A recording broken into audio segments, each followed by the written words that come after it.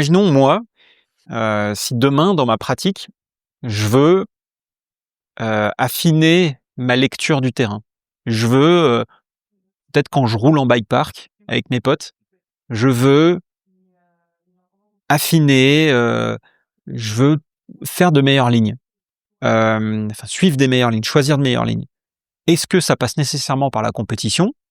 Est-ce que ça passe par le fait de suivre des gens comme toi? Ou en tout cas Ça d'essayer peut, de ça les peut, ça peut. d'essayer de les C'est suivre? c'est la façon la plus simple, je pense, OK. de pouvoir se dire ah ouais, ça j'y ai pas pensé. Mmh.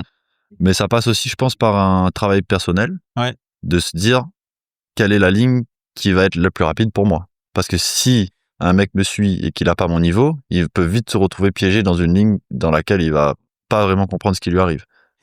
Tu vois ce que je veux dire? Oui. Donc il faut quand même se poser la question soi-même et se dire qu'est-ce qui va faire que je vais générer de la vitesse et comment je vais faire. C'est vraiment le processus de se dire comment je vais faire pour aller plus vite. Ah, c'est à partir de là que tu commences à chercher des lignes qui vont plus vite.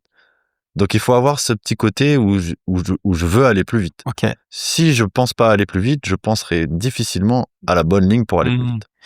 Mais je pense alors, encore une fois pour avoir vécu l'expérience avec toi et j'ai cette image en tête à Châtel, en descendant sur la vigne verte, enfin bon bref, la vigne verte du bas et c'est en fait de te voir, heu, la vitesse à laquelle tu rentres dans ce grand virage relevé droite, à un moment donné, je me dis: «C'est pas possible, c'est un autre sport».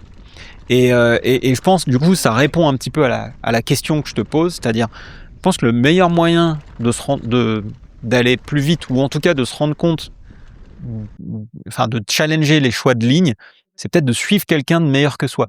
Oui, C'est non, un mais petit ça peu c'est sûr. Après, tout peu le dépend basique. tout dépend de la piste et de Ouais. l'engagement, mais c'est sûr que de suivre quelqu'un, c'est pas pour rien que les filles elles se mettent derrière les garçons pour Mmh. gagner du speed, etc.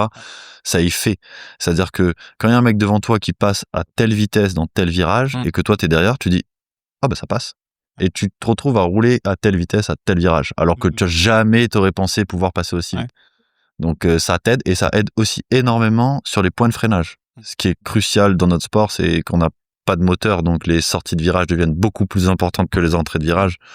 Et en travaillant tes points de freinage, tu te rends vite compte que si tu lâches les freins au même endroit que moi, si t'es pas dans la bonne ligne, tu tourneras probablement pas. Donc Mmh. là, tu viens à t'ajuster aussi par rapport à ton point de freinage et te placer au bon endroit pour que quand tu lâches les freins, t'es pas obligé de les reprendre parce que t'es mal placé et que tu vas te faire un virage carré, quoi.